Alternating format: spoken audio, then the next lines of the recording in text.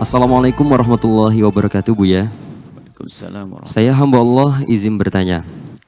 Saya mau menanyakan satu fenomena yang ramai diperbincangkan, yaitu pengingkaran terhadap nasab para zuriyah Nabi Shallallahu Alaihi Wasallam di Indonesia.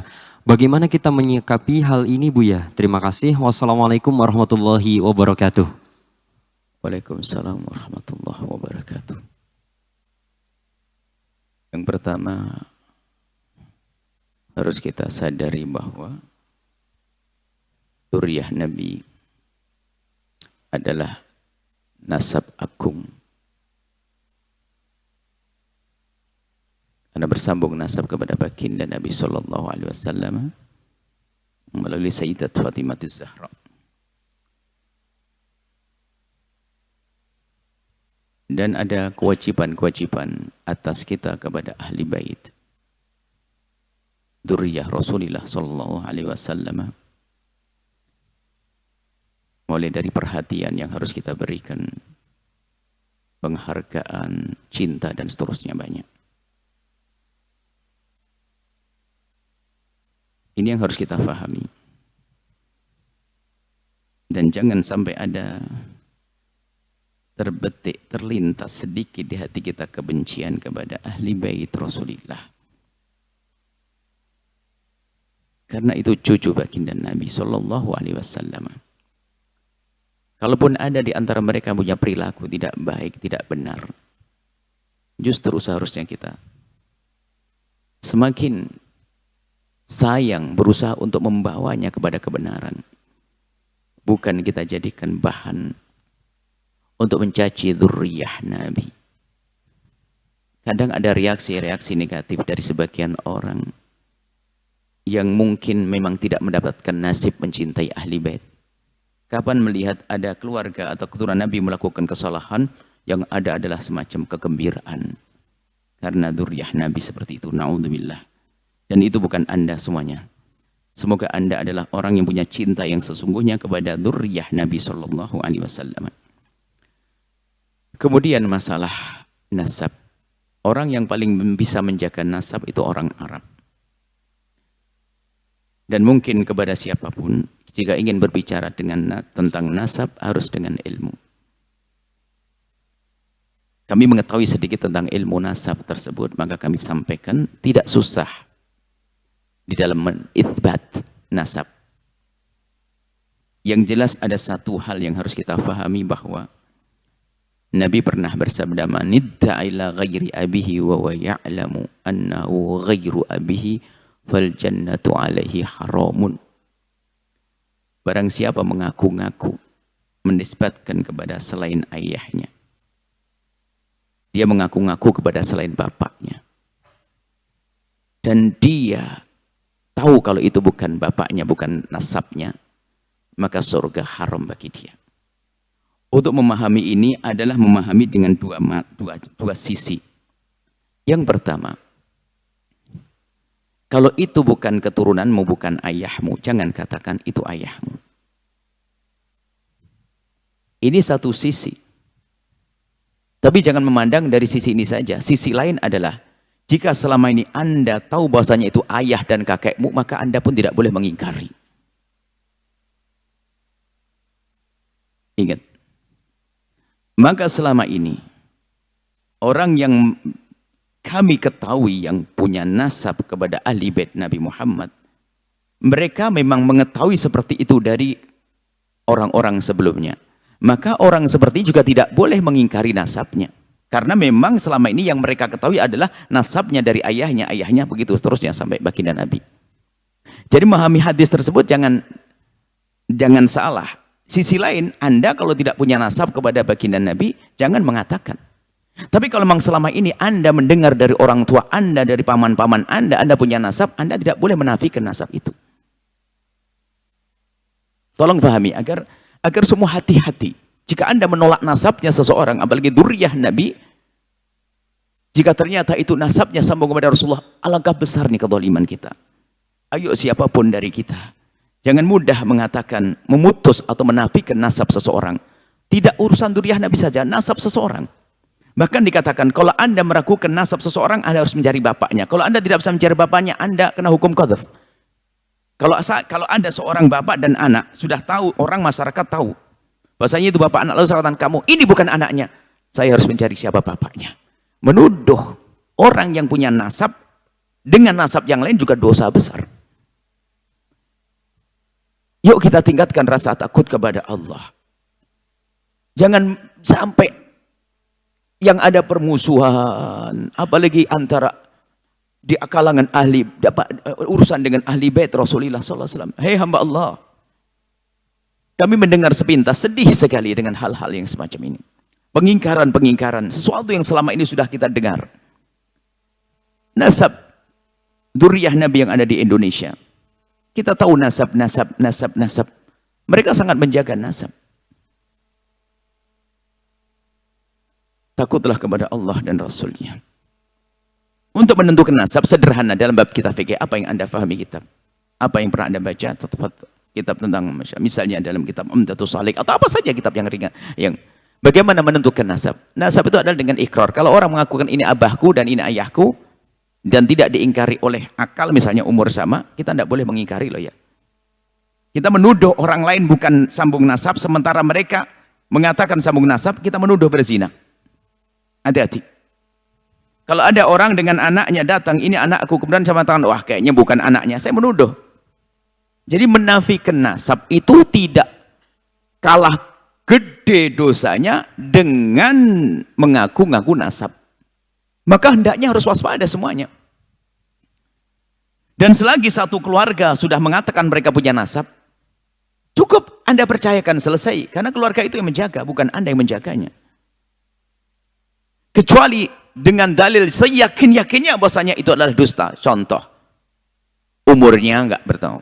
Masa anaknya lebih kecil umur? Sampai dicontohkan dalam pembahasan fikih, umurnya lebih kecil kok jadi bapaknya. Atau misalnya istifadah. Ini tuh sudah masyhur bahwasanya anaknya ini. Kok tiba-tiba ada orang ngaku anaknya fulan? Sudah masyhur di kampung itu. Saya anaknya ayah saya. Tiba-tiba saya ngaku anaknya orang lain, ini kan beda. Bagi yang masih menyibukkan masalah ini, kami himbau, ini masalah berat sekali. Khawatir Anda tidak ditengok oleh Rasulullah, ya hamba Allah.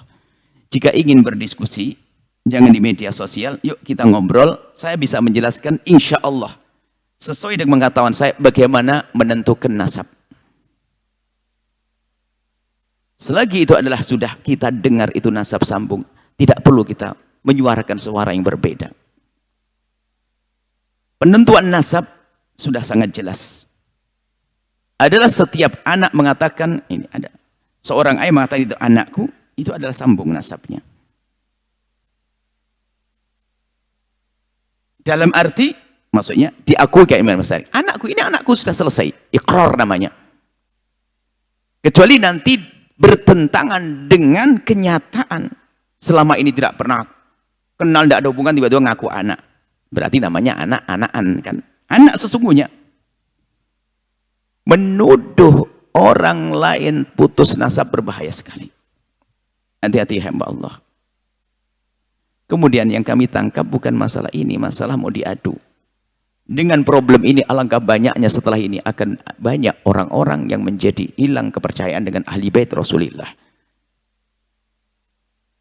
Berarti kita telah merugikan umat. Kita merugikan umat. Yang ingin membatalkan nasab, harus punya hujjah. Dan hujjah ini harus lebih kuat daripada yang menetapkan nasab. Kalau tidak, dalam bahasa, dia yang disalahkan salah. Kalau saya menafikan nasabnya seseorang, saya harus punya bukti kalau ini bukan. Kalau saya tidak punya bukti, saya dicambuk 80 kali. Saya menuduh orang berzina. Ibaratnya begitu, gampangannya seperti itu. Karena menuduh orang, selagi orang sudah punya nasab, kita nafikan nasabnya, maka ketahuilah, saya telah menuduh dia telah melakukan satu perzinaan dan seterusnya. Dan nasab ahli bait Nabi Muhammad di Indonesia adalah sudah sangat jelas. Kami himbau kepada siapapun untuk tidak perlu membahas masalah ini. Jangan sampai membuat keraguan-keraguan umat. Kami sampaikan kepada Anda, wahai umat, kepercayaan yang selama ini ada pada hati Anda, tetap pegangi bahasanya para dzurriyyah Nabi yang ada di Indonesia yang selama ini Anda dengar adalah nasabnya benar. Jangan Anda mau mendengar suara-suara yang mengatakan bahwasanya itu adalah tidak benar. Anda akan rugi pada akhirnya. Kemudian setelah itu, apa sih maunya daripada problem-problem semacam ini yang diinginkan? Hasilnya adalah jelas permusuhan pada akhirnya. Ingat, umat ini mudah diadu domba. Saya sedih, saya membicarakan masalah ini sedih sekali kalau memang betul seperti itu. Karena alangkah banyaknya setelah ini ada umat prasangka buruk. Dan jangan gara-gara ada orang yang dikatakan dzurriyyah Nabi lalu melakukan kemungkaran, kesalahan, lalu kita jadi benci kepada ahli bait Nabi. Hati-hati.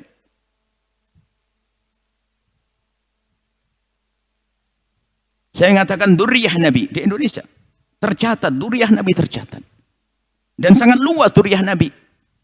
Bahkan kami seru kepada pengurus, pernah kami sampaikan pada pengurus yang ngurusi tentang dzurriyyah Nabi, tolong jangan nunggu saja. Perlu kita cari di sana banyak dzurriyyah Nabi yang tidak tercatat. Perlu dicatat. Dan memang bukan untuk sombong-sombongan, agar dicatat, agar tahu nasabnya. Baik, ini saja yang bisa kami sampaikan, insyaallah.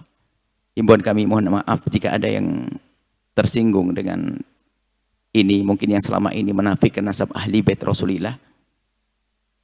Sepertinya ada dua grup, berarti kalau tadi katanya ada fenomena kontroversi, berarti kan ada dua grup. Dua-duanya, kami mohon maaf kepada dua-duanya. Ingat, dzurriyyah Nabi, cucu baginda Nabi SAW. Kalau seandainya pahit-pahitnya, tapi kita sampaikan pahit-pahitnya, mending saya salah mencintai daripada saya salah menafikan. Mending saya salah mempercayai daripada salah menafikan. Dan kemudian kalau sudah ada keluarga yang mengatakan itu nasabnya, ketahuilah tidak ada alasan bagi Anda kecuali mempercayainya. Adapun urusan jika nanti ada orang buat nafsa palsu dan sebagainya, urusan dia dengan Allah. Tapi kalau kita sok tahu itu menjadi masalah. Kalau sudah nasab itu benar, harus kita yakin benar. Enggak ada istilahnya. Ada sebagian mengatakan, ya saya tidak bisa mempercayai, tapi dia takut mengingkari. Enggak. Nasab itu harus kita yakin. Ini anaknya ini harus yakin. Sudah. Harus kita percaya, sudah selesai. Jangan sampai ada setelah itu ada keraguan-keraguan. Baik, ini adalah masalah nasab baginda. Nasab orang biasa saja nggak boleh main-main, ya hamba Allah. Anda menafikan nasabnya orang biasa, nggak boleh. Apalagi nasab baginda Nabi SAW. Mungkin bagi yang mohon maaf saudara kami, saya tidak tahu siapa, ada pertanyaan. Jika Anda menafikan nasab ahli bait secara umum yang ada di negeri ini, kalau Anda menafikan nasab itu, mungkin kita bisa duduk manis, kita bisa ingin menjelaskan dari mana Anda menafikan, dan kami akan jelaskan bahwasanya cara menetapkan nasab itu seperti itu. Tidak belit-belit, tidak harus pakai alat-alat medis dan sebagainya, tidak. Justru membahayakan. Ada sebagian dengan alat medis, alat ini dan sebagainya, nggak ada. Nasab itu sangat jelas, cukup dengan ikrar-ikrar yang selama ini kita dapat dari keluarga-keluarga, sudah kita percaya. Ini saja wahai hamba Allah. Semoga dari kalimat-kalimat yang kami sampaikan ini menjadi sebab kebaikan untuk semuanya. Jika Anda pernah merasa bersalah kepada dzurriyyah Nabi, segera tobat, Allah Maha Kasih. Akan tapi jangan sampai kita dikuasai oleh kesombongan atau dendam yang selama ini ada, atau kebencian kita kepada keluarga Nabi. Na'udzubillah, benci kok kepada keluarga Nabi. Kalaupun mungkin kita punya masalah dengan 1-2 keluarga Nabi, tapi tidak boleh kita benci kepada nasab ahli bait Nabi Muhammad. Kita benci pribadi, tidak boleh kita langsung memukul rata. Harapan kami adalah siapapun insyaf, ayo rugi Anda akan rugi, Anda akan rugi. Dan bagi yang sibuk membuat pengingkaran dari kelompok manapun, sibuk membuat pengingkaran, kami siap untuk menjelaskan. Kita bisa bertemu dengan baik demi kebaikan umat ini dan demi kebaikan masa depan kita di hadapan baginda Nabi SAW. Ini saja yang bisa kami sampaikan. Semoga bisa damai semuanya, indah. Nuhibbukum ya ahla baiti Rasulillah. Kami mencintai Anda semua wahai ahli bait Rasulullah SAW. Siapapun Anda, ahli bait yang tercatat ataupun tidak tercatat, jika kami kurang dalam menjelaskan, maafkan kami. Hanya inilah yang bisa kami ketahui. Dan Anda yang ada sedikit kekotoran hati dengan ahli bait Rasulullah, segera sadar dan tobat. Ingat, itu adalah cucu baginda Nabi SAW. Jangan menyesal nanti di saat di akhirat. Semoga Anda semua menjadi orang-orang yang pecinta dan perindu sahabat ahli bait Nabi yang sesungguhnya. Perindu yang sesungguhnya. Perindu yang membela di saat benar, mengingatkan dengan cara yang benar di saat salah, bukan berubah menjadi benci. Insyaallah. Wallahu a'lam bishawab. Sahabat Al-Bahjah TV, setelah menyaksikan video ini, jangan lupa bersolawat kepada baginda Nabi Muhammad. Shollu ala Nabi Muhammad. Allahumma sholli alaihi wa ala alihi wa sahbihi.